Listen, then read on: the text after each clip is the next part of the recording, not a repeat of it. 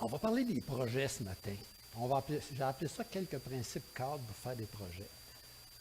Si j'avais été à l'ETEC, par exemple, j'aurais appelé ça théologie du projet.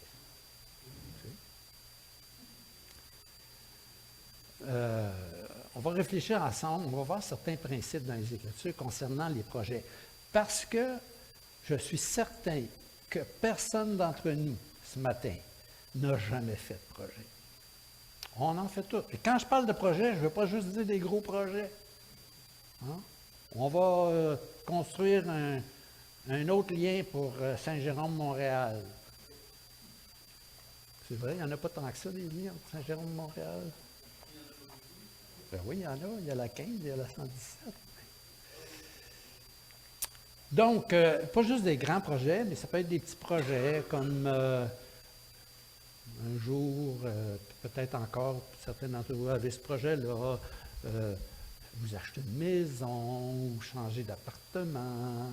Ah, c'est toutes sortes de projets. Faire des études, se faire un jardin, toutes sortes de choses. Peinturer la maison. Alors, on a toutes sortes de projets, puis j'aimerais qu'on regarde ça brièvement. Quelques principes, donc, qui s'appliquent à toutes les formes de projets, que ce soit des projets personnels, familiaux, professionnels, sociaux et des projets d'Église. Vous en avez présentement des projets, là. Ce matin, on a vu à l'affiche que la semaine prochaine, il y aura une formation pour le témoignage avec Kevin et puis Peter. Je pensais que Kevin, que c'était toi, là. Oui. Alors, ça menait des projets, ça, se préparer pour comment est-ce qu'on fait les témoignages. Bon. Alors, on va regarder ça. D'abord, on va commencer par deux postulats essentiels, des idées de base essentielles. Le premier postulat, c'est que être capable de réaliser des projets, c'est une des dimensions de l'image de Dieu en nous. D'accord? Dès le départ, je prends pour acquis, je tiens pour acquis que l'aptitude que nous avons, les êtres humains, de faire des projets, de réaliser des projets, ça fait partie de ce que ça signifie avoir été créé ou être créé à l'image de Dieu. Et je tiens aussi pour acquis que la réalisation de tout projet positif contribue à manifester l'image de Dieu en nous et à honorer Dieu par conséquent. Même si parfois, et je dirais peut-être souvent, on ne sait pas trop comment nos projets, Dieu peut les utiliser. N'est-ce pas? Je pourrais vous raconter, Jean Calvin Kitata m'avait déjà conté l'histoire d'un de ses amis que j'ai rencontré une fois, Pakissa, son prénom. Je ne sais pas si ça vous dit quelque chose, il est peut-être déjà venu ici, mais je pense que présentement, il habite les États-Unis, mais c'est un Congolais. Il a travaillé pendant des années. Pakissa, il avait le projet de devenir médecin. Puis quand il était au secondaire, il y a eu un accident de voiture, puis il a été sur le dos pendant de nombreuses semaines, sinon mois, je l'oublie, et il n'a pas pu faire ses études en médecine. Il s'est réhabilité, mais il n'a pas pu faire d'études en médecine. Le projet tombe à l'eau. Alors, il a décidé de faire une autre sorte d'études, puis finalement, il a fait des études en santé, comment est-ce qu'on appelle ça? En santé, voyons. Ici, on a ça au Québec, là. Non, ben, ça ressemble à ça, là. J'oublie. Bon, j'oublie le terme. Ça va me revenir, en tout cas. On voit souvent à la télévision des analystes, des spécialistes en santé, le genre de santé communautaire, j'oublie le terme exact. En tout cas, il a fait des études comme ça, il a fait son doctorat dans le domaine, parce qu'il ne pouvait pas faire ses études. Alors, voyez-vous, ça a changé. Mais ce que Jean Calvin me contait à cette époque-là, quand il m'a conté ça, c'est que, vous rappelez-vous de la crise de l'Ebola au Congo? Bien, la personne qui a trouvé, qui a identifié le virus, c'est une personne qui avait été en partie formée par Pakissa. Alors, voyez-vous, pourquoi je vous raconte ça? Parce qu'on ne sait pas qu'est-ce que nos projets vont donner. Alors, pas que ça, il voulait être médecin, il n'a pas été médecin, son rêve était scrappé, on pourrait dire, mais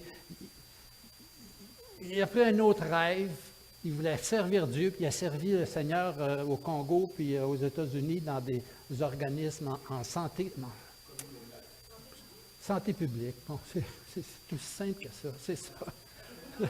Voilà, santé publique. Santé publique. Et puis, alors donc, il s'est formé, puis il a travaillé dans le domaine, puis là-bas au Congo, ben, il était un des spécialistes du domaine. Puis en santé publique, ils font des programmes, puis ils forment des gens. Puis il a travaillé avec un médecin pour l'aider à se former dans le domaine de la santé publique. Puis ce médecin-là, ben, finalement, un chercheur, il a fait en moment de crise, il a fait l'impact a été là. Et ça, c'est un des impacts. Alors, pourquoi je vous dis ça? Bon, peut-être que ça a l'air gros, là, mais vous savez, on ne sait jamais quel est l'effet de nos projets, de ce qu'on veut faire. Bon, ceci étant dit, on ne sait pas toujours. Premier postulat, je suis en train de le dire, on a été créé à l'image de Dieu. En Genèse chapitre 1 et 2, on voit Dieu qui est en pleine activité créatrice, n'est-ce pas?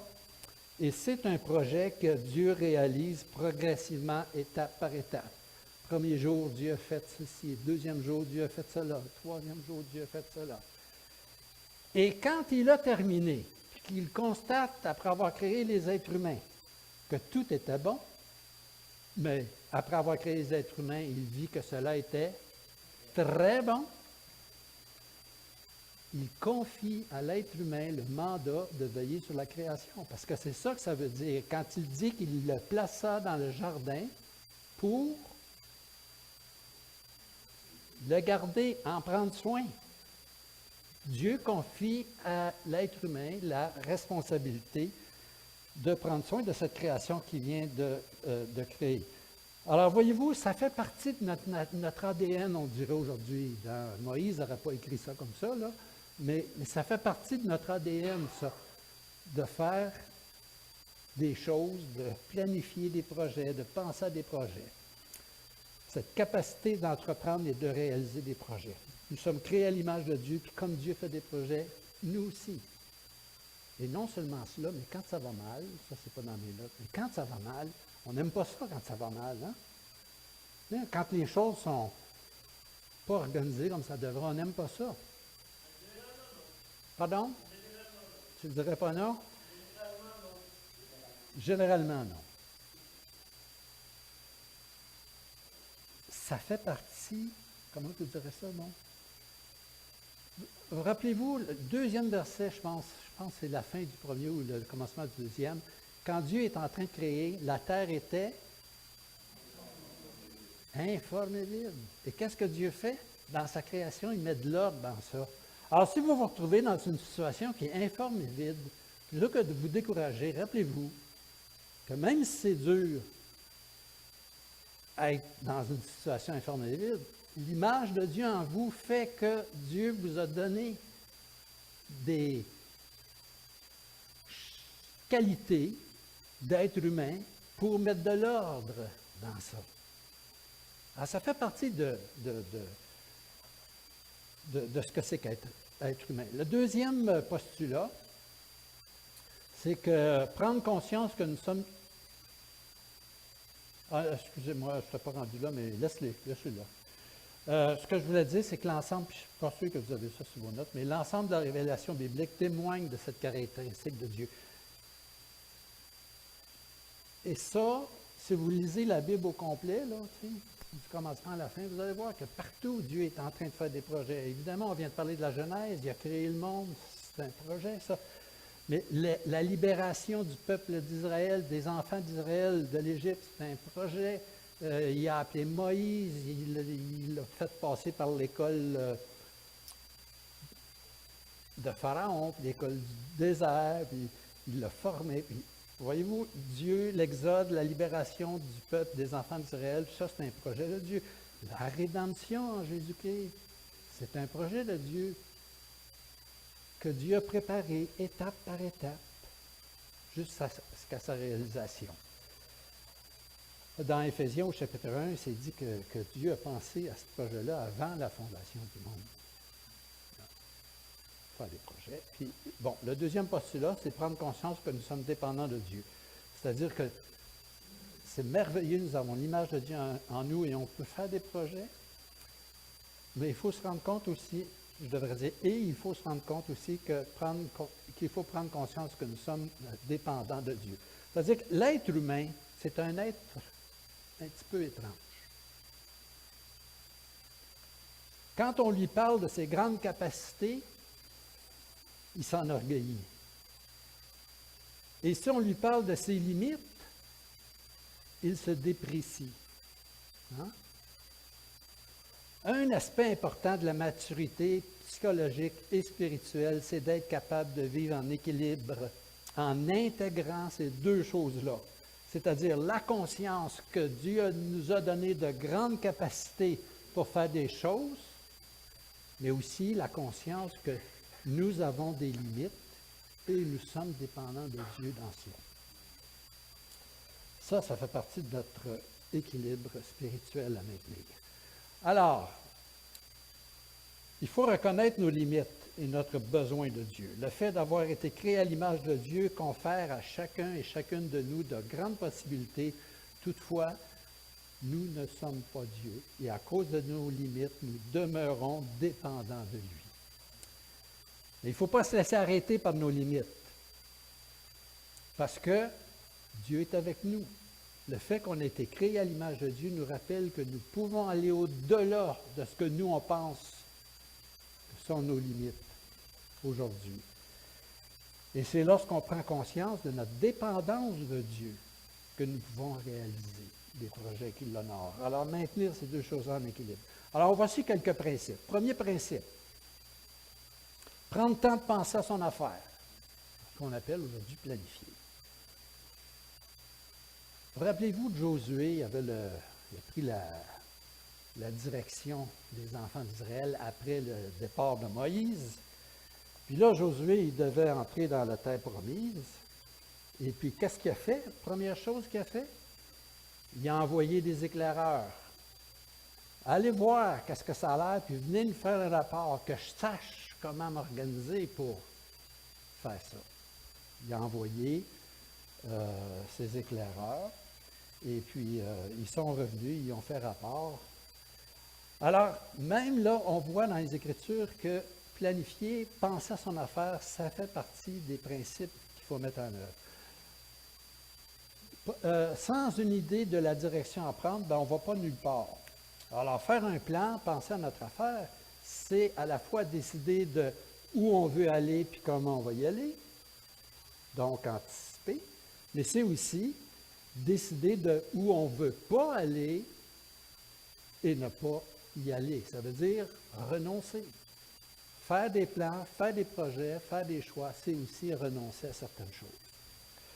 Avoir un plan et des objectifs nous permet de dépenser nos énergies vers la réalisation de ces objectifs, vers l'atteinte de notre destination.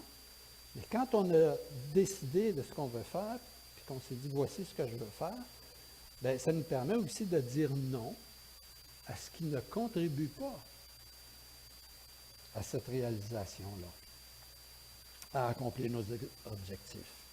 Et comme je l'ai dit tout à l'heure, c'est bon autant pour les grands projets que pour les petits projets. Parce que là, quelqu'un pourrait dire, ouais, mais ça ne me concerne pas parce que je n'ai pas de grands projets. C'est aussi vrai pour vos petits projets à la maison ou au travail. Prochain point, ne pas réfléchir avant d'agir, c'est prendre un risque. Sans objectif, on risque de dépenser notre énergie à répondre à toutes sortes de demandes qui ne sont pas prioritaires, c'est-à-dire à faire toutes sortes de choses qui nous arrivent là, sur le moment, puis on décide d'y répondre. Puis aussi, ça nous, sans avoir réfléchi, c'est-à-dire avoir réfléchi, ça nous permet de ne pas se laisser prendre là, par des besoins immédiats qui sont secondaires. Hein. Des fois, il arrive des choses, là, ça nous arrive, on dit, ah, il faudrait que je fasse ça tout de suite, mais c'est secondaire à ce qu'on veut vraiment faire. Il ne faut pas oublier là, que le premier principe en économie, ça, je répète ça souvent, je l'aime beaucoup, le premier principe en économie. Quelqu'un le sait? Oui, pas pire. Ce qu'on appelle le premier principe en économie, c'est très simple, c'est la limite des ressources. La limite des ressources. C'est-à-dire les ressources ne sont pas illimitées. C'est pour ça qu'on fait de la comptabilité, madame. Parce que les ressources ne sont pas illimitées. Si les ressources étaient illimitées, on n'aurait pas à se soucier. Oui.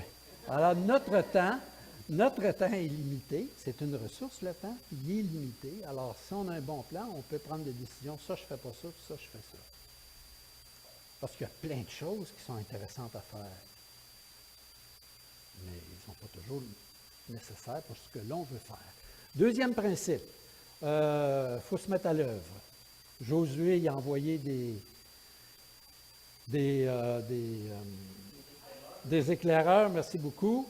Et puis, après avoir envoyé ces éclaireurs, ben, il est passé à l'action. Il faut se mettre à l'œuvre quelque part. L'apôtre Paul avait plein de projets. Si vous lisez les Actes des Apôtres, il y avait des projets d'établir des églises. Et une fois qu'il avait réuni un groupe de croyants dans certaines places, ben, il a confié des responsabilités à d'autres. Donc, il n'a pas fait juste des vœux pieux, non pas des vieux pieux. Ça, c'est mal de moi quand je dis ça. Mais il est passé à l'action.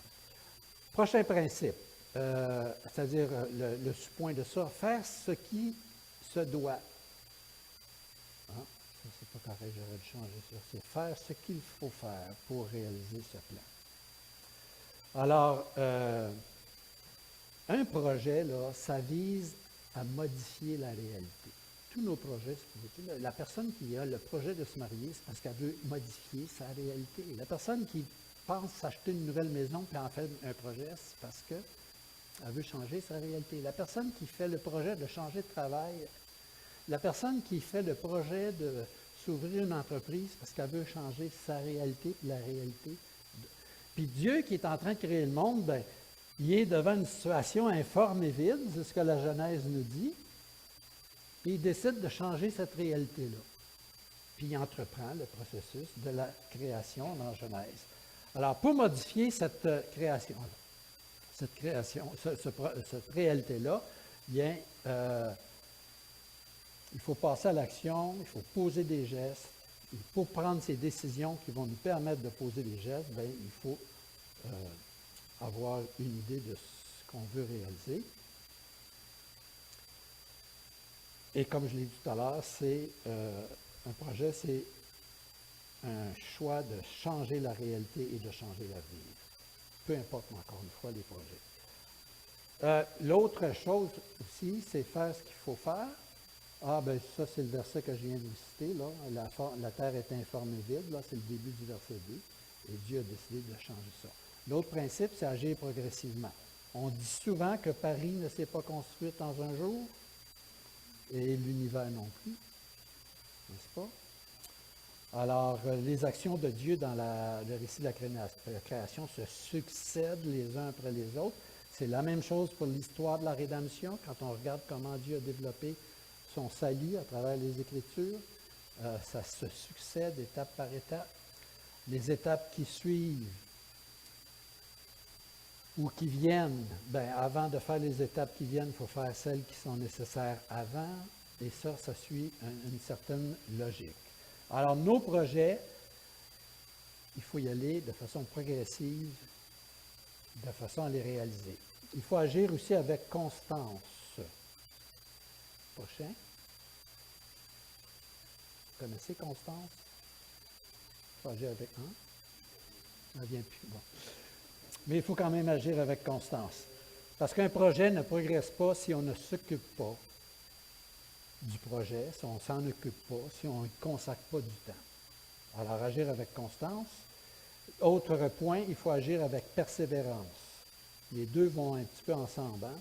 Agir de façon continue, ça c'est la constance. La persévérance, bien, c'est que dans tout projet, gros ou petit ou moyen, bien, il y a des moments difficiles, il y a des moments de doute, il y a des obstacles. Ça, c'est la vie. Alors, dans ces moments-là, quand les tâches sont moins intéressantes, parce que dans tout projet, il y a des choses intéressantes et des choses moins intéressantes, et quand ça devient moins intéressant, bien, il faut garder à l'œil le résultat que l'on vise pour persévérer. Troisième principe, en plus de se mettre à l'œuvre, il faut agir de façon responsable. Agir de façon responsable, c'est prendre les moyens des résultats qu'on recherche ou pour réaliser les résultats qu'on va atteindre. Si je veux ça, il faut que je fasse ceci. Ou si je veux ceci, il faut que je fasse cela. Paul, tout à l'heure, j'étais en train de dire que Paul a établi des églises. Puis pour avoir des églises solides, à un moment donné, il a dit à Timothée, tu vas rester à Éphèse. Il s'est donné les moyens de faire d'Éphèse une église solide. Puis Timothée est resté là pour organiser l'église. Il a écrit des lettres en donnant des conseils à Timothée.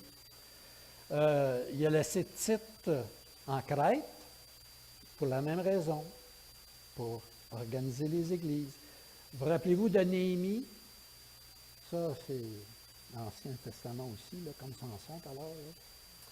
Et puis, Néhémie, hein, vous savez, c'est lui qui a reconstruit la muraille de Jérusalem, reconstruit le temple. Vous rappelez-vous de Néhémie, son histoire, ça commence comment? Il était en déportation à Suse, en Iran aujourd'hui. Et puis, il y a eu la visite de ses cousins et ses cousines qui venaient de Jérusalem. Puis, comment ça se passe à Jérusalem? Les cousins et les cousines ont dit, terrible. C'est terrible. Tout le monde est découragé. La ville est détruite, les murailles sont détruites, etc. Et là, il nous est dit que Néhémie a prié Dieu. Il a agi de façon responsable. Il a commencé par prier. Puis là, il s'est présenté devant le roi. Souvenez-vous ce que le roi y a dit? C'est bien les bêtes. Ouais, ben ça, c'est la version polie. Dans nos Bibles, c'est pourquoi faire, tu es triste. Tu t'es jamais présenté devant moi, triste. Mais ici au Québec, on dirait, t'as bien la bête un matin. Qu'est-ce qu'il y a? Là, Néhémie, ben, il raconte au roi ce qui s'est passé, puis il dit, j'aimerais bien aller à Jérusalem. Puis là, quand Néhémie est arrivé à Jérusalem, il a rassemblé les autorités politiques autour, puis il a discuté avec eux autres, puis il leur a fait part un petit peu de son projet. Il a évalué la situation, il a mobilisé le leadership de Jérusalem, il a réparti les responsabilités. Vous dites, j'invente rien, là. Tout ça est là dans le livre de Néhémie. Il a réparti les responsabilités, vous autres, vous allez faire ça, puis vous autres, vous allez faire ça, vous autres, vous allez faire ça. Il a géré les conflits, parce qu'il y a eu des méchants conflits dans cette situation-là, puis il a fait une réorganisation sociale et politique et religieuse. Alors, où est-ce que j'en étais? Oui. Non, c'était... Agir, oui, ça dit, oui, c'est ça. Agir avec persévérance. Alors, il faut avancer un pas à la fois. Néhémie ne s'est pas laissé arrêter. Il faut prendre des risques réfléchis. C'est-à-dire, avoir la foi, ça ne signifie pas qu'on ne réfléchit pas avant d'agir. Les personnes, des fois, ils disent « Ah, moi, j'y vais par la foi », puis ils ne réfléchissent pas. Avoir la foi, ça veut dire aussi être capable de peser le pour et le contre de nos actions. C'est de prévoir les obstacles quand c'est possible de les prévoir. La seule chose qui ne se prévoit pas, c'est l'imprévisible, l'imprévu. Mais le reste, par définition, c'est pas. Alors, puis, avoir la foi, ça ne veut pas dire qu'il ne faut pas mesurer le risque. C'est agir, avoir la foi, c'est agir avec confiance en Dieu, en tenant compte de ces éléments-là.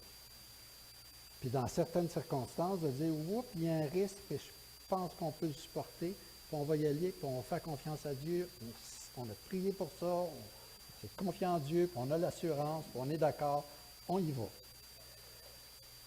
Donc, prendre des risques, réfléchir. Accepter de faire des erreurs et même des échecs. Beaucoup de personnes ne font rien parce qu'ils ont peur de faire des erreurs ou des échecs. Oui, mais si ça ne marche pas, bien, si ça ne marche pas, là, ça ne va pas marcher. Si vous avez bien calculé, regardez les pour et les contre, là, bien, ouais, des fois, il y a des risques. Et puis, il ne faut pas se laisser arrêter à cause de la peur de l'échec. Prendre une décision, poser un geste, c'est s'exposer à faire des erreurs puis à vivre un échec. Mais c'est ainsi qu'on prend de l'expérience.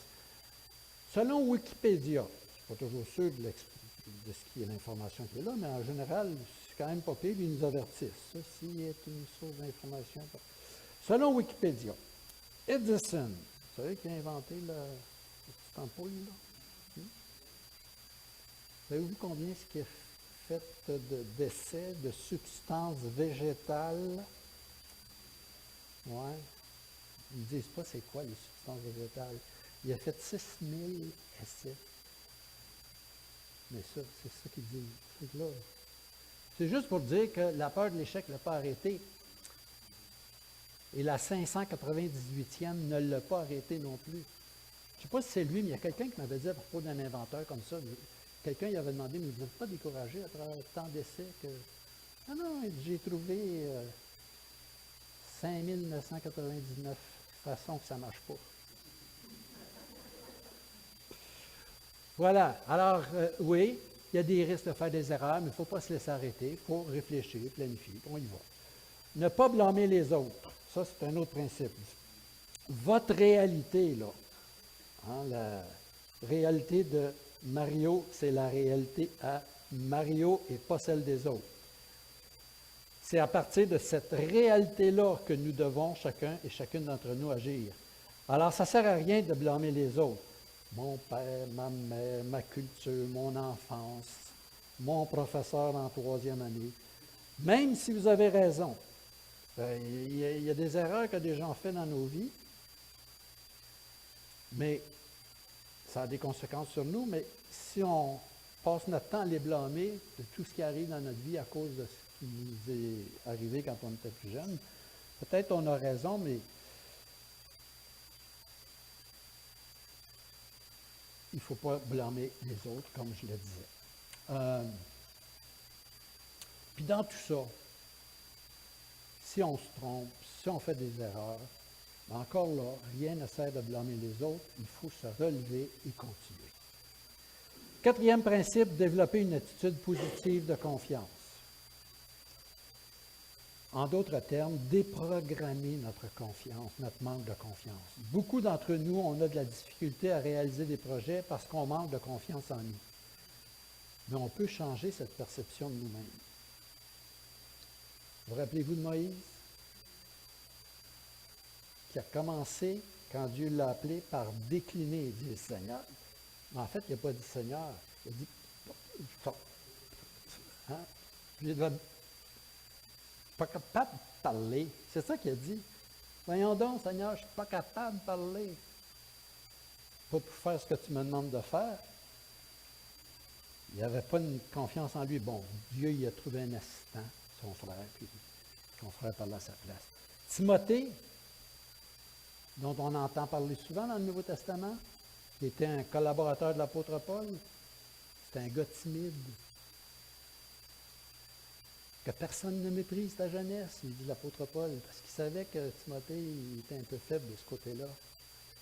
Alors, il ne s'agit pas de nier nos limites, mais de reconnaître les fausses limites qu'on s'impose nous autres parfois, qui sont la conséquence d'une estime de soi qui est blessée. Ça, on est à peu près tous blessés. Une fois à Saint-Jérôme, il y avait eu une série de conférences, puis François Pajot avait participé à ça. Je ne sais pas si le festival La Bonne Nouvelle, je pense que ça s'appelait. Il y en a-tu qui se souviennent de ça? Oui. Bon. François Pajot, ça vous dit quelque chose? François Pajot était pasteur baptiste, était psychologue aussi. Et il avait dit quelque chose que je n'ai jamais oublié. Il avait dit, en parlant de la relation père-enfant, il avait dit, nous avons tous été blessés. Alors là, je me suis reconnu. Et nous allons tous blesser. Et là, je me suis reconnu aussi. Et ça, je n'ai jamais oublié ça. On a tous été blessés et on va tous blesser quelqu'un. On ne veut pas, mais ça arrive. Alors, il faut défaire ça, ces histoires-là. Et la bonne nouvelle, c'est qu'une fois qu'on est racheté, que le Saint-Esprit commence à agir en nous, il change des choses. En tout cas, c'est ça que le Nouveau Testament dit. Et c'est ça que j'ai expérimenté aussi dans ma vie. Alors, il y a encore des choses à changer. Justement, je voulais vous en parler ce matin, mais le temps manque. Alors, je ne vous en parlerai pas. Oui, c'est ça.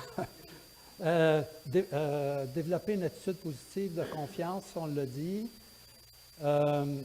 Cinquième principe, chercher conseil. Je pense que j'ai des versets, là, on va juste les afficher. Quand les directives font défaut, le peuple tombe et le salut est dans le grand nombre des conseillers. Ça, c'est dans les Proverbes, dans l'Ancien Testament. Ça veut dire demander conseil. Et puis, les projets échouent faute de délibération, mais ils réussissent quand il y a de nombreux conseillers. Ça aussi, ça veut dire demander conseil. Alors, pourquoi demander conseil? D'un côté, pour élargir l'horizon des possibilités, parce qu'il se peut très bien que certaines options nous échappent parce qu'on manque d'informations ou de connaissances. Et puis, les prochaines, l'autre aussi après, avoir les yeux ou regarder avec les yeux des autres pour éliminer nos angles morts. Moi, là, dans la vie, il y a des choses que je ne vois pas. J'ai beau me forcer, je ne les vois pas. Mais à force de me le faire dire, je commence à les voir. Mais naturellement, là, je ne les vois pas. Alors, voir quelqu'un qui me dit « Tu pensais à ça? » Entre autres, j'ai quelqu'un que je ne nommerai pas ici ce matin, mais qui n'est pas loin de moi, et que je vois assez régulièrement, qui me dit « Tu pensais à ça? » Ce matin, elle m'a dit je vais aller reconduire, c'est Francine, je vais aller la reconduire à l'église, puis elle dit « N'oublie pas, il faut que tu ailles chez Claude un matin. » Parce qu'elle sait comment je suis. Mais moi, ce qui ne m'inquiétait pas, c'était pas de ne pas aller chez Claude pour l'amener avec moi, c'était de l'oublier ici.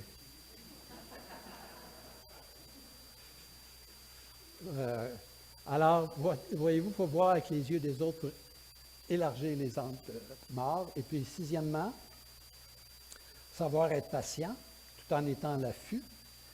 On va les mettre tout de suite les deux, là. Sans être patient, savoir être patient car rien ne se réalisera instantanément. Moi, je dis souvent, nous vivons dans la culture Nestlé Quick. Tout est instantané. Vous connaissez ça du Nestlé Quick? Prenez votre verre d'eau, vous versez ça dedans, vous brassez, puis vous buvez votre chocolat au lait. Puis, on vit d'une culture comme ça. Il faut que tout vienne tout de suite. Puis réaliser, peu importe le projet qu'on a, réaliser un projet, ça prend un certain temps. Il faut y aller étape par étape. Et la prochaine, il faut être à l'affût des occasions. Je m'excuse, je l'avais déjà demandé, là. Recule d'un coup. Être à l'affût des occasions lorsqu'elles se présentent. C'est-à-dire qu'il faut être patient, mais il faut aussi être à l'affût. Parce que des fois, il y a des choses qui passent, on dit « Oh, là, c'est le temps de faire ça. » Alors, être à l'affût des occasions lorsqu'elles se présentent. Et on termine avec le verset qui dit « David, après avoir dans sa génération servi le dessein de Dieu, est décédé et a été réuni à ses pairs. » David a eu plein de projets. Et puis, c'est des projets qu'il avait formés en lui-même. Puis, il a servi Dieu avec ces projets-là. Et puis, ces projets-là ont servi au dessein de Dieu. Parce que Dieu a pu réaliser son propre projet à travers la vie de David. Pourquoi je dis ça? C'est parce que c'est la même chose pour chacun d'entre nous. On va servir au projet de Dieu. Puis, servir, là, David, après avoir dans sa vie servi le dessein de Dieu, il n'a pas servi au dessein de Dieu, il a servi le dessein de Dieu. C'est-à-dire, il est rentré dans le projet de Dieu. Parce que des fois, servir à quelque chose, bien, quand on ne sert plus à rien, une affaire qui ne sert plus à rien, on la jette. C'est pas ça que Dieu a fait avec David. C'est que David, son temps était fini et il a été réuni auprès de ses pairs. Alors, pourquoi parler des projets ce matin? Je voulais juste, en fait, la chose que je veux que vous reteniez. Peu importe le projet que vous avez, allez-y. allez-y dans les projets, faites-en, ne vous laissez pas arrêter. Notre problème, là, c'est pas de se mettre en marche. Non, oui, c'est ça le problème. C'est pas de se faire arrêter le problème, c'est de se mettre en marche. Jack Whitman, ça vous dit quelque chose, ça peut-être? En tout cas, c'est un homme qui a fait beaucoup de projets, c'est un évangélique, là, qui a fait beaucoup de projets aux États-Unis, des camps, puis des choses comme ça. Et puis lui, il disait, c'est un ancien homme d'affaires, puis il s'est lancé dans le ministère. Puis il disait, le problème que nous avons, c'est pas de se tromper, puis le problème, c'est de se mettre en marche. Puis si c'est pas bon, quelque part, Dieu va nous arrêter. Mais ce qu'il faut, c'est se mettre en marche. Alors, n'oublions pas que nous pouvons réaliser des projets avec l'aide de Dieu. Ça fait partie de ce que nous sommes.